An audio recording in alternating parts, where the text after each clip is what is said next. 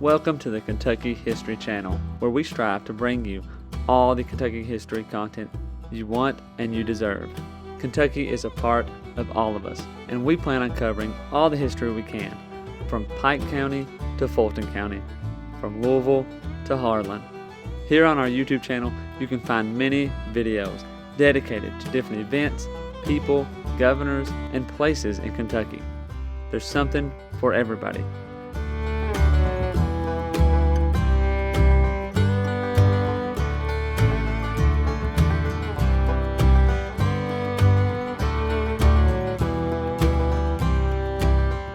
While you're here, if you like the channel, hit the subscribe button and the notification button so you get notified anytime new Kentucky history is available. And if you want to support the channel, we have a Patreon page as well, or patreon.com/KYHistoryPod. Welcome back to the Kentucky History Podcast. I'm your host, Jamison Cable, and we're going to continue our discussion about some of the stories from the frontiersmen, some unknown frontiersmen that you probably don't know about. So this next one we got. Go ahead. All right. Well, you're talking about the Dutch, and the Germans are often called the Dutch, and so that sometimes leads to some confusion. But this person truly was a Dutchman, and he is probably. I talked about Chaplin being kind of the quintessential, frontiersman. Barney Stagner is the opposite of that. And, he's not typical for a number of reasons. First of all, most of these guys, like we've talked about before, are young and unmarried. If you're coming west, you're trying to make your way in the world, you're trying to do something new. Stagner was not that. He ends up at Fort Herod, and not a lot of detail survives on exactly when he arrives, but he is old. And we're not given his exact age, but he's referred to as the Old Dutchman. And it's also proven by the fact that when they count the people and they take the census of Fort Herod in 1777, there are 4 people who are listed unable to muster, unable to fight. And Barney's one of them, and it's always said that because he was too old. He was so old, in fact, that they wanted to give him a job. Everyone at the fort of age had to have a job. And the only thing they could think for Barney Stagner to do was to keep the spring inside the fort clean, because they've got the big spring outside the fort, but they also had a smaller one inside. So if they were under siege or something, that's your only source of water. It's got to be clean. And I don't know how much truth there is to it, but there's stories about the kids in the fort, of which there were more than 50 under the age of 13, throwing trash and stuff in the spring just to aggravate Barney, because he would get upset because this was his one job and he was going to do it. So it's sort of endearing in that sense. But the thing that really seems unfortunate is that Barney decides that he's kind of the manuscripts always use the word charmed. I guess they mean lucky, in the sense that the Indians aren't going to bother me. And, he would go out and he would disappear for a while, and people would get kind of worried, and he would show back up at the gates of the fort, and Herod and everyone in the fort is like, you cannot go out alone. I mean, this is not Western North Carolina. And he would always say, they know I'm too old to be of any danger, that they wouldn't hurt me. And unfortunately, that theory did not hold true, because they end up finding Barney's body at the Big Spring, which is a couple hundred yards from the fort. And he had been not only killed, but decapitated. So, it's an odd sort of, yeah. And then there were ghost stories of, the kids, probably the oldest ghost story I would say in Kentucky, of people saying they saw Barney after that happened. Mm-hmm. So it's unusual. And the question always becomes, why? If you're this older man, you're in this kind of the sunset of your life, why would you risk coming to Kentucky? You're young, you have nothing, you're going to have to find a living somewhere in life. That kind of makes sense. The risk is there, but acceptable. If you're Barney, why? And it seems like there was a pretty good reason for it. First of all, he was married, and he had several children. And by the time he comes to Kentucky, some of them are teenagers, or at least one of them is a grown adult living on his own. And it seems that some people who've done Barney's genealogy, that he had come from Europe, one of the German states or one of the Dutch areas, and he had come to British North America. He had settled in the Carolinas, and he kind of wanted to make clear that he was starting anew. And like you said, it's an interesting study in America because there are lots of German immigrants in the colonies, and yet there's sometimes a stigmatism that came with that. Mm-hmm. And of course, when the revolution breaks out, the British are sending Hessians, which are German soldiers, to fight against the colonists. So it seems that Barney really wants to prove that he is a good British citizen, and so he takes an oath, to the king. And then, of course, several years later, the revolution breaks out, and Barney is pressured again, this time to change allegiances. And again, he's in the Carolinas, so he's in a place that's very divided, and Barney's kind of feeling the pressure. And so rather than renounce his oath, which he gave in his mind not terribly long ago, and rather than stay behind and risk being harmed or having his farm or his home vandalized in some way, he opted for a third option, and that was to begin a new life, or at least to disappear for a few years into the West. And it's a shame that Barney gets killed, not just because of the tragedy of the situation, but because it would have been fascinating really to see what became of his life when the war was over. Do you go back? Yeah. We know he brought probably some of his children with him, or do you stay? But just kind of an unusual frontiersman, but one that's worth knowing about. Yeah. Very good. That's very interesting, because you kind of wonder how many frontiersmen, well known or not, came to Kentucky simply because the war was about to start, and they didn't really want to choose sides, or they just wanted to get out of the way. Right. A thing that we probably don't talk about as much, but that's probably true. Some of them were just wanting to get away. Yeah. One quick one, and this one is very small, because we'll probably end up talking about this guy a little bit more, especially his son, but Robert Johnson, and he was a native of Orange County, and he first came to Kentucky in 1779, and he moved with his family the following year and settled about 1783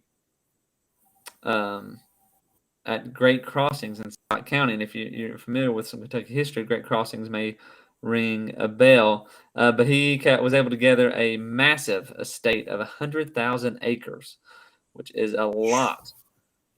He was kind of got a reputation of being a fierce Native American fighter. In 1780 and 1782, he represented Fayette County in the Virginia House of Delegates. He took part in the drafting of the Constitution of Kentucky in 92 and 99. He represented Woodford County, Scott County, a lot, and so forth. And then eventually, his son, Richard Minton Johnson, would become the vice president of the United States. But a brief about Richard Johnson, or Robert Johnson, but more, we'll talk about him more. But he's another one that people probably don't know unless they know about his son. A lot of people probably would not necessarily remember him as well. And then what else? Have we got one more? I've got one more, but if you've got others as well, that's fine. Yeah, well, let's go with yours. Well, in the midst of all the Toms and the Jameses and the Richards and the Daniels, there's one frontier name that doesn't show up as much in the records, and that's Mary. But we know that frontiersmen brought their families. Often it was a second trip down, or once a place had been established. But there were some that brought the whole family immediately. And, we don't hear as much from women in the manuscripts, but there was a woman by the name of Mary Coburn Deweese. And I wonder if she was somehow related to the Coburns, because that's Anne Herod's, family has ties to them, but I couldn't find anything. But, she is valuable to us because she keeps a diary. And it sounds like she means to mail it back to friends back home in Pennsylvania, at one point, but because she's always addressing someone there, and but because of that, she describes what she sees through through her eyes, and it's interesting because she's moving not just with her husband, who's named Samuel, but also with their children. And rather than a lot of these guys who had been on, if not the edge of American civilization already, Herod and Boone and these guys were already in the backwoods of Pennsylvania, North Carolina. Yeah. People were at least, if you're not there, you're at least sort of that direction. Mary's family leaves from Philadelphia, one of the largest cities in America. So this is quite the change. And they leave on the evening of September 27th, 1788, which is also very strange because generally, if you're coming west, you're going to aim for the early spring because you're going to need to get here in time to set up a home. If you can, plant some crops to live off of, not make money off of maybe that first year, but at least to survive off of. But it's very odd that they're choosing to come when they are. Statehood, has not been achieved yet, but Kentucky is a little more settled than it was when Herod and Boone and those guys were first arriving. But they're coming with a large body of travelers, and so they probably, glance over their shoulder somewhat anxiously as they leave Philadelphia because Mary reports that, a crowd of friends and family had gathered to wave them off, and you're never going to see these people again that you've known your whole life. So it's a fascinating account, and she details what it's like not only to travel, but to travel with young children. And if you have ever taken a vacation trip in a car with children, I mean, I've never sympathized with someone on the frontier as much as I did. She mentions that her young daughter is frequently bragging that she is now, quote, a Kentucky lady, unquote. So every place they stop, her daughter's having to introduce herself because they've hyped her up about moving to Kentucky, And mom's kind of tugging her along. She talks about their children would take turns spelling words and singing songs. And, I don't know, it's probably the same song, in my opinion, 60 or 70 times if it's like my kids. But that's how they pass the time. So they make it from Philadelphia over to Pittsburgh, and they're making their way down the Ohio River. So they're not just traveling by wagon, but they're also traveling, on the water. And they arrive in Maysville, which is the edge of Kentucky. Not their ultimate destination, just the first place in Kentucky they land. They arrive there on November 26th. So this is 2 months and a day after they left Philadelphia. And again, a lot of that was by river, so you can really get an idea of how arduous traveling like this is.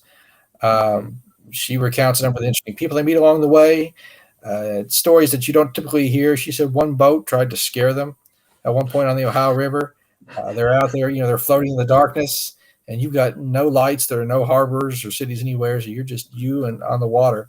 And someone fires a gun, and then they tried to scream and shout in some sort of Indian language, and kind of alerted everyone. And then they realized it was someone just messing with them, and that floated on by down the river. Those sorts of things that really would worry you as an individual.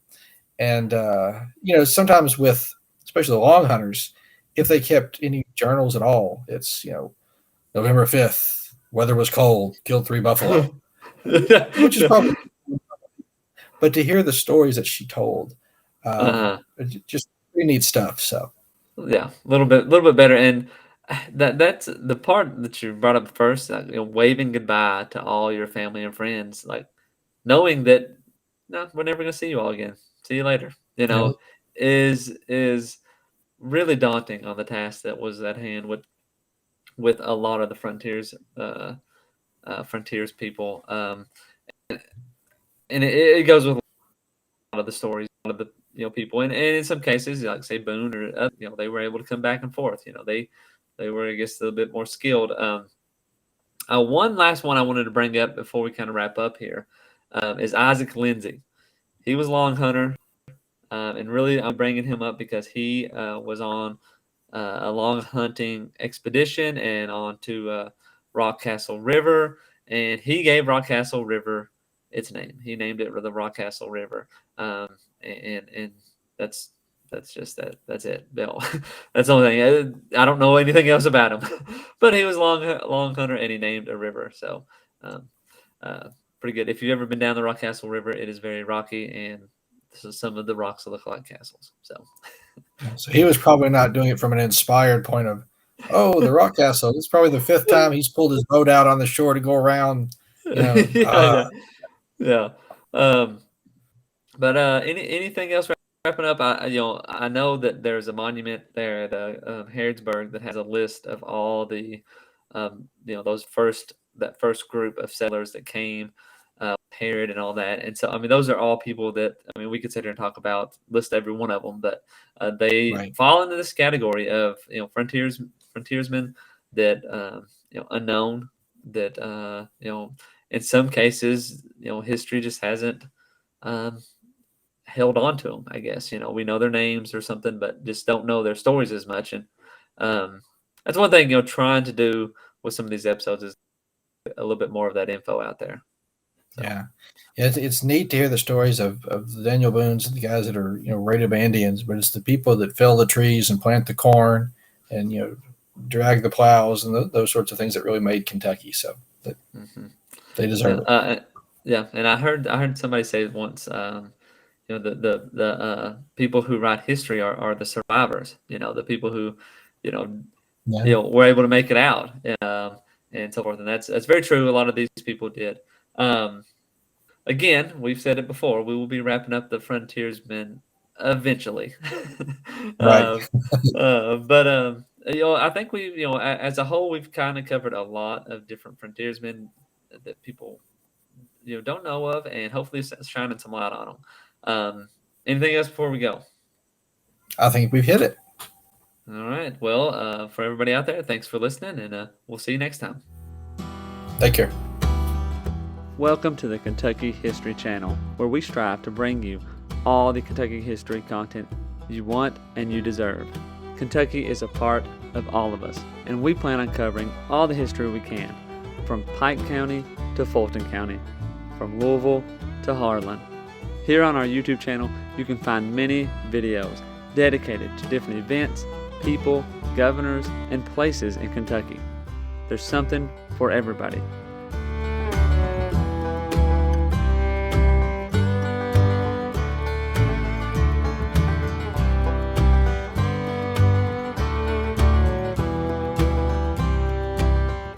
While you're here, if you like the channel, hit the subscribe button and the notification button so you get notified anytime new Kentucky history is available. And if you want to support the channel, we have a Patreon page as well, or patreon.com/KYHistoryPod. You've probably heard about Daniel Boone, but what about the rest of the frontiersmen who came to Kentucky and settled? That's what we want to bring to the Kentucky History Channel. The stories of the untold, the stories of those forgotten. One thing to expect on our channel is great Kentucky content. Some stories that you've never heard of. The Night Riders, who began in western Kentucky. Bloody Monday, the riots in Louisville.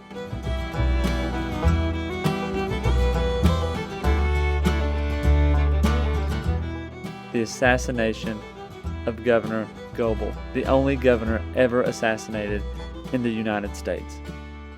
Stories from all over Kentucky, stories that are unforgettable once you've heard them. You can find out who counties in Kentucky are named after and how your county got started. From beginning to end, we plan to document every county in Kentucky, all 120. Reach out to us on all of our social media platforms. Twitter, Facebook, and Instagram. And also leave a comment on one of our YouTube videos. You can also check out our podcast episodes. You can subscribe to our podcast on Apple Podcasts, Spotify, iHeartRadio, and many more.